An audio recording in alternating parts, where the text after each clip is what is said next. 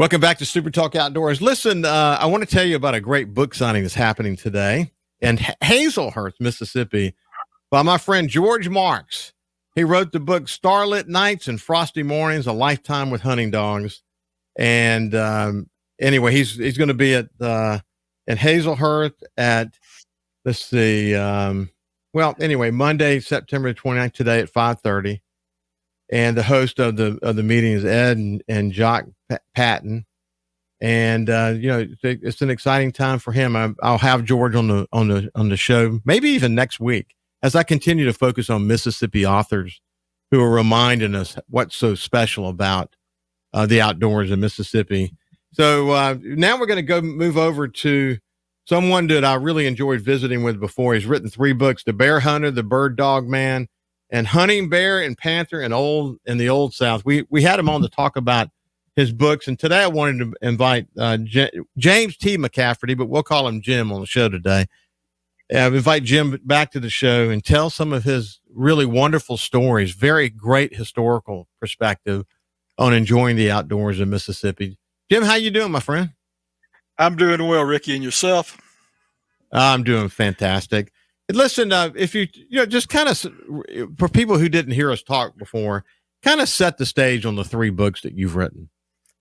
Okay, I'll do that. When I was growing up in the Mississippi Delta, I used to hear stories all the time about the old bear hunters, and I would hear tales about wolves and bears and panthers, and that always caught my interest. And as I got older and got out of school, I started collecting material on these old hunting adventures people had in the Delta. And as I went through the old outdoor magazines, I was surprised. You mentioned earlier about the outdoors in Mississippi. Our heritage is so incredibly rich in that area. And I found so much material. I just don't think I've got enough years left in my life to exhaust all of it. I'm working on several books right now, but the Delta particularly was a fabulous place. Huge trees, 5 and 6 feet through the middle on oaks. I've read about a sweet gum that was like 11 feet through the middle. Just amazing, amazing forest there. But the game is what was so incredible in the not just in the Delta, all over the state. You mentioned my book Bird Dog Man.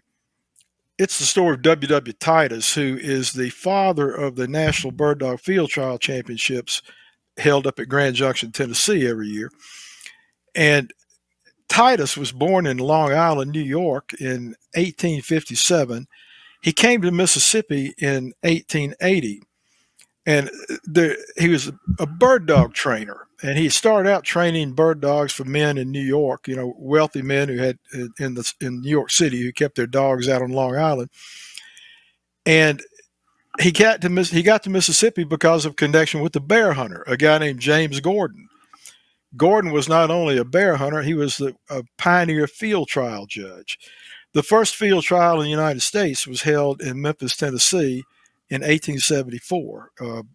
In fact, we're coming up on the anniversary of it. It'll be 151 years since the first one was held here in the first or second week of October. At any rate, Gordon said, you need to come down to Mississippi if you want to train bird dogs. And so he came down to Pontotoc County. The first year he was there, he didn't keep a record of how many quail he shot, but the next year he decided he would.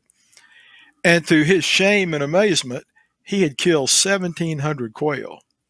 It was embarrassing to him because he felt like it was wasteful to shoot that many birds.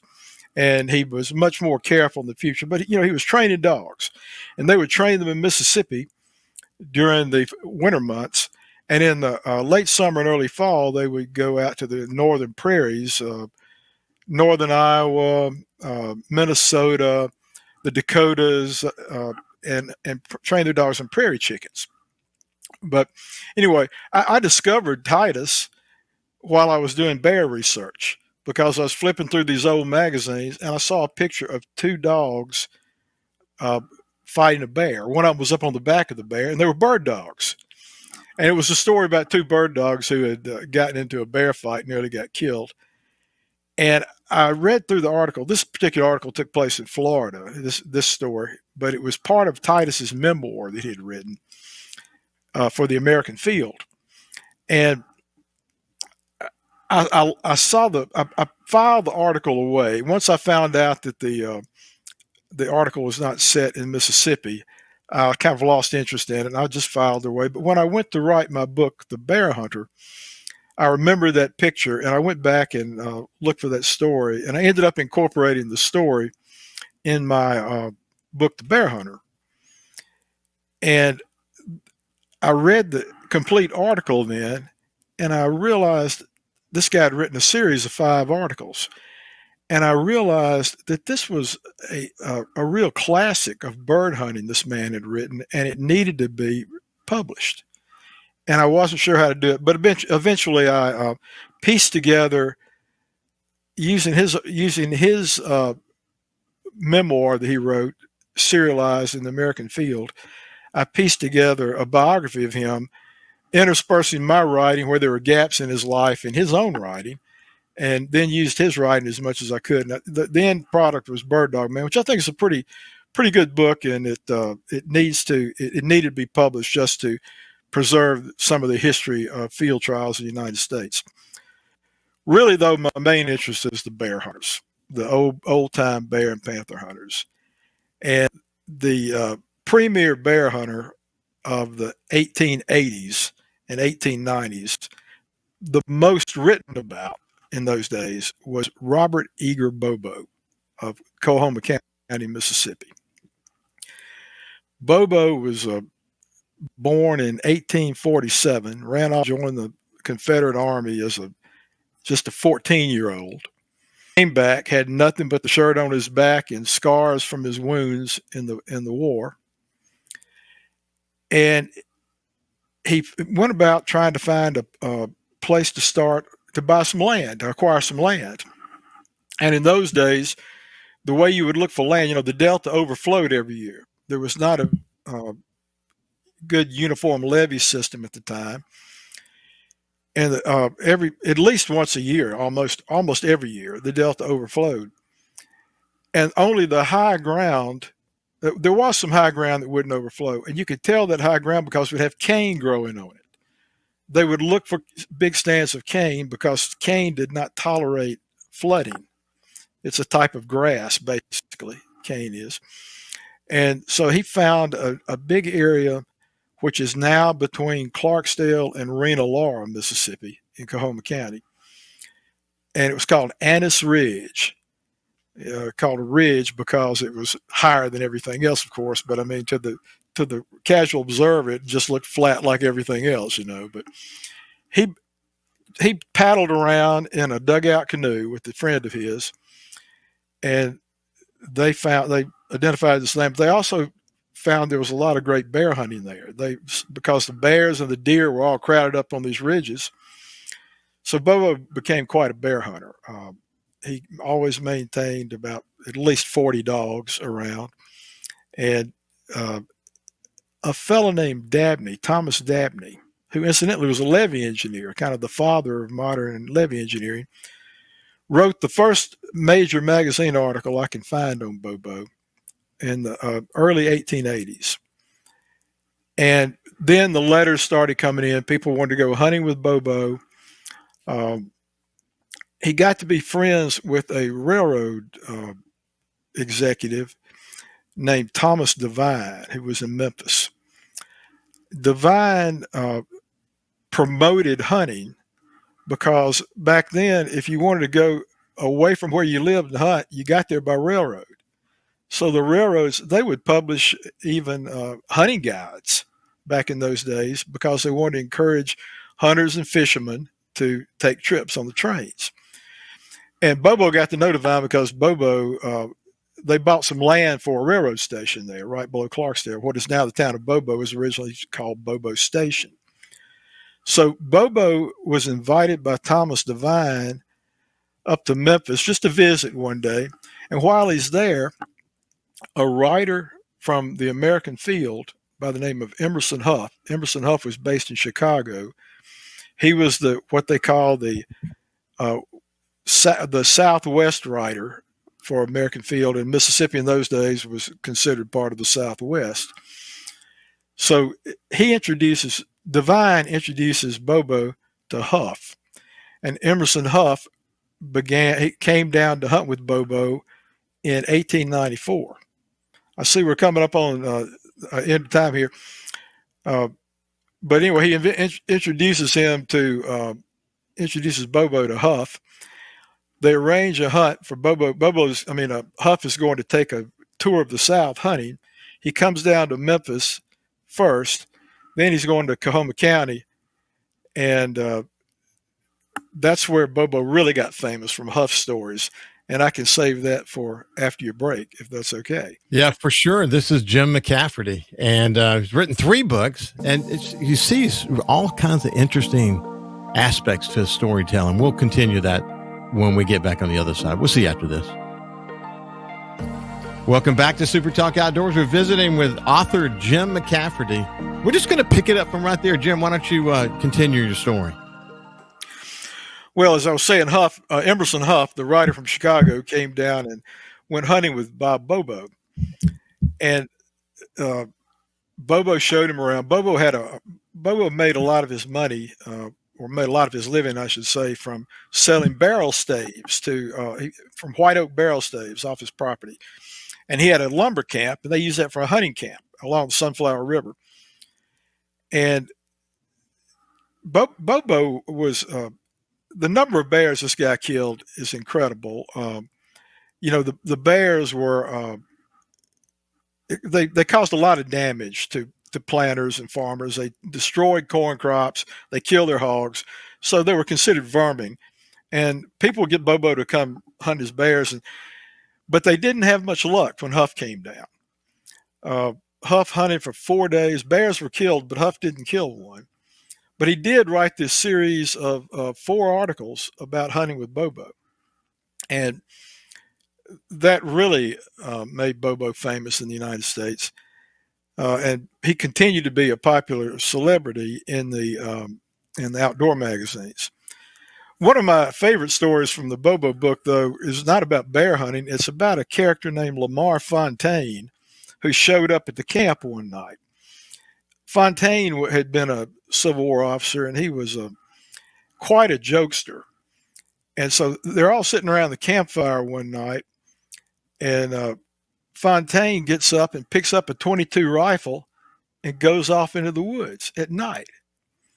And Huff is confused by this, and he says, "Where's he going?" And somebody says, "Well, he likes to hunt squirrels at night. He's very good at it." And so Fontaine goes off in the woods, and they're sitting around the campfire, and they hear a shot here. Then later on, there's another shot later. And then about an hour later, Fontaine comes in. He's carrying 3 squirrels by the tail, throws them down by the fire. And Huff is just amazed. He can't stop talking about this guy shooting squirrels at night. And the next day, Bobo tells him, he said, "Man, for a Chicago writer, you're not very sharp. If you had checked, you'd noticed those squirrels had been dead for about 3 days." It was just a joke that Fontaine had, he had killed the squirrels earlier and put them aside to make Huff think he was shooting them at night. But they had so many stories.